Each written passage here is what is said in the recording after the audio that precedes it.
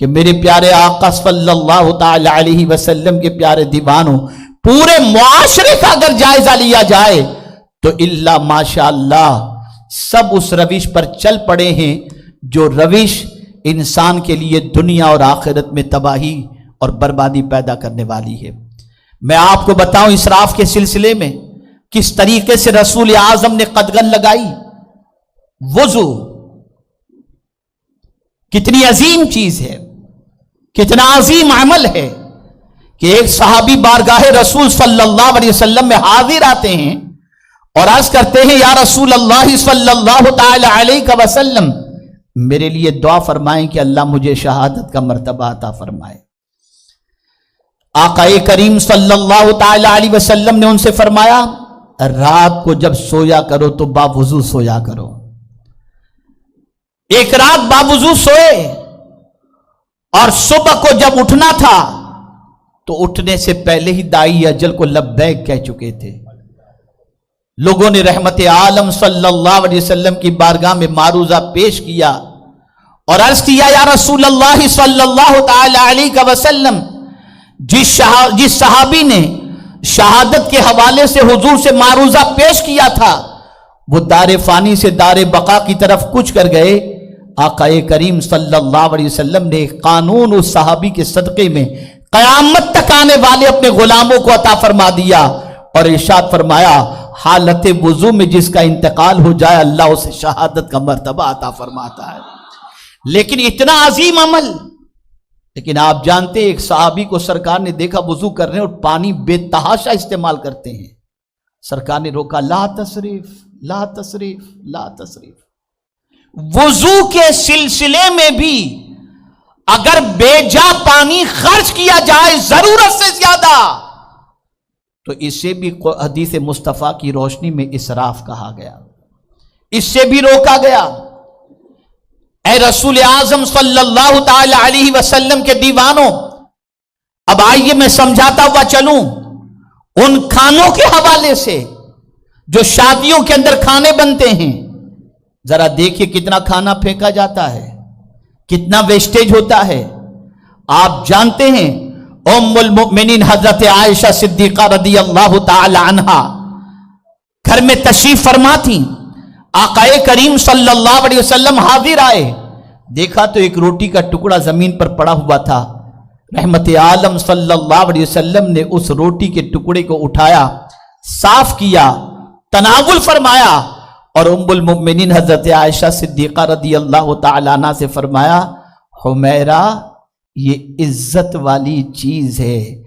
ایک بار کسی کے یہاں سے چلی جاتی ہے تو پلٹ کر نہیں آتی، اس کا احترام کرنا چاہیے۔ ایک روٹی کے ٹکڑے کے بارے میں ایک کھجور کو سرکار صلی اللہ علیہ وسلم نے گری ہوئی دیکھی، ارشاد فرمایا جی تو چاہتا ہے کہ میں اس کو صاف کر کے کھا لوں، لیکن مجھے کیا خبر کہیں یہ صدقے کی کھجور نہ ہو۔ آپ اندازہ لگائیں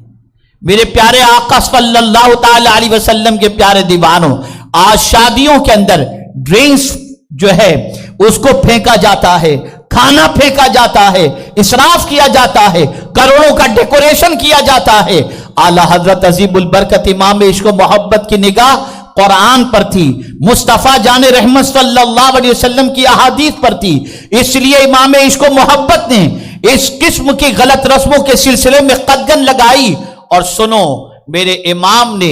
اس غلط روش کے سلسلے میں اصلاح کرتے ہوئے جو پیغام عطا فرمایا اسے سنیں۔ اعلیٰ حضرت عظیم البرکت امام عشق و محبت فرماتے ہیں جن کھانوں کے اندر فخر و مباحات کے لیے اخراجات کیے جاتے ہوں کہ دکھاوے کے لیے خرچ کیا جا رہا ہے، اور جن شادی کی تقاریب کے اندر مرد و زن کا خلط ملط ہو، ایسی شادیوں میں جانے سے بچو، اس میں شرکت نہ کرو۔ اب یہاں میں آپ سے ایک سوال پوچھنا چاہوں گا کہ وہ غریب جو غربت کی چکی میں پیسا جا رہا ہے اور صرف رسومات کی ادائیگی کے سلسلے میں شادی کے وہ دنیا سے قرض لے کر کے ان رسومات کو ادا کرتا ہے، ایسے شخص کو اعلی حضرت عظیم البرکت امام عشق و محبت نے فرمایا رسومات کی ادائیگی کے لیے قرض لینا اس کی اجازت نہیں ہے، اجازت نہیں۔ ہمارے یہاں ولیمے کا مطلب ہوتا ہے 10 ڈیشیں، ہمارے یہاں ولیمے کا مطلب ہوتا ہے مرغ اور بکرا، ہمارے یہاں ولیمے کا مطلب ہوتا ہے 1000 آدمیوں کا کھانا۔ لیکن قربان جائیے اعلی حضرت عظیم البرکت امام عشق و محبت رسول اعظم صلی اللہ تعالی علیہ وسلم کے جب ولیمے کا تذکرہ فرماتے ہیں تو ارشاد فرماتے ہیں سب سے بڑا ولیمہ جو حضور صلی اللہ علیہ وسلم نے اپنا کیا تھا وہ کیا تھا جانتے ہیں آپ؟ ایک مکمل بکری کے ذریعے ولیمہ کیا تھا جس میں کم و بیش 300 افراد کھانا کھانے کے لیے شریک ہوئے تھے۔ یہ سب سے بڑا حضور کا ولیمہ تھا، اور یہ تصور کے ولیمے میں بکرا ہی ہونا چاہیے یا مرغا ہی ہونا چاہیے، اس کے بارے میں فرمایا گیا کہ رسول اعظم صلی اللہ علیہ وسلم نے اپنا ولیمہ اس طریقے سے بھی کیا کہ کھجور اور پنیر کے ذریعے بھی سرکار نے ولیمہ کیا ہے۔ یہاں سے یہ بات واضح ہو گئی کہ آدمی اپنی بساط سے باہر نہ جائے، اور اسے چاہیے کہ جہاں تک ہو سکے اسراف سے بچے، جہاں تک ہو سکے فضول خرچی سے بچے۔ اگر کوئی یہ کہے کہ مولانا امام احمد رضا خان تو شادیوں سے بچنے کے بارے میں کہتے ہیں، باقی چیزوں کے بارے میں کیا فرمایا؟ تو میں آپ کو بتاؤں اعلی حضرت نے جہاں جہاں اپنا ہو یا پرایا کوئی بھی غلطی کرتا ہوا نظر آیا، امام عشق و محبت نے اس کے سلسلے میں تنبیہ فرمائی اور اصلاح فرمائی، اس لیے کہ مجدد کسی عام انسان کا نام نہیں ہوتا، مجدد عدل کا پیکر ہوا کرتا ہے، وہ اپنی قوم کو جنت کے راستے پر لے جانا چاہتا ہے، وہ امت مسلمہ کو سیدھے راستے کا مسافر بنانا چاہتا ہے، وہ امت مسلمہ کے ہر غلط راستے کو روک کر انہیں سیدھے راستے پر لے جانا چاہتا ہے۔ یہی وجہ ہے کہ اعلی حضرت عظیم البرکت نے مزارات کے حوالے سے بھی فرمایا کہ وہاں پر بھی ایک چادر کے علاوہ دوسری چادر، جب تک کہ وہ چادر میلی نہ ہو جائے دوسری چادر وہاں نہیں ڈالنا چاہیے۔ یہ بھی اعلی حضرت نے اصلاح فرمایا۔ تم بدعتی کہتے ہو اعلی حضرت کو، تم امام عشق و محبت کے حوالے سے غلط الفاظ استعمال کرتے ہو، خدا کی قسم ان کے جیسا عاشق رسول 14ویں صدی میں کوئی پیدا ہی نہیں ہوا۔ اگر میں یہ کہوں تو غلط نہ ہوگا، امام عشق و محبت اس عظیم اعلی حضرت اور امام کا نام ہے جسے ہم اگر یہ کہیں تو غلط نہ ہوگا کہ وہ بلال ہند تھے، وہ بلال ہند تھے۔ آپ ذرا سوچ اور اندازہ لگاؤ، انہیں ہر جگہ پر ہر مقام پر اپنے آقا ہی نظر آتے تھے، اور وہ اپنے آقا کو اتنا پلانا چاہتے تھے، اتنا پلانا چاہتے تھے، اتنا پلانا چاہتے تھے کہ بندہ رسول اعظم کی محبت میں اتنا ڈوب جائے، اتنا ڈوب جائے کہ خود اپنی کیفیت کے بارے میں اللہ کی بارگاہ میں عرض کرتے ہوئے نظر آتے ہیں، ایسا گما دے ان کی ولا میں خدا ہمیں، ڈھونڈا کریں پر اپنی خبر کو خبر نہ ہو۔ اے رسول اعظم صلی اللہ تعالی علیہ وسلم کے دیوانوں، آج وہ لوگ جو اس فرش گیتی پر خدمت دین کے بہت سارے غیر ٹھیکیدار بن کر کے بیٹھے ہوئے ہیں، ذرا ان کی زندگی کا جائزہ لیجئے۔ حقوق اللہ کی بات تو کرتے ہوئے نظر آئیں گے، لیکن حقوق العباد اور غریبوں سے سلوک کے سلسلے میں اگر ان کی زندگی دیکھی جائے تو کافی کوری نظر آئے گی۔ لیکن اے امام، آپ کی عظمتوں پر قربان، آپ کے مقام و مرتبے پر قربان، جانتے ہیں ماہ رمضان المبارک میں اعلی حضرت عظیم البرکت امام عشق و محبت مسجد رضا کے اندر معتکف تھے، اور آپ کی خدمت میں ایک بچہ گھر سے توشادان لا کر حاضر ہوتا۔ اعلی حضرت عظیم البرکت امام عشق و محبت سحری کا وقت تقریباً ختم ہونے کے قریب تھا، لیکن خادم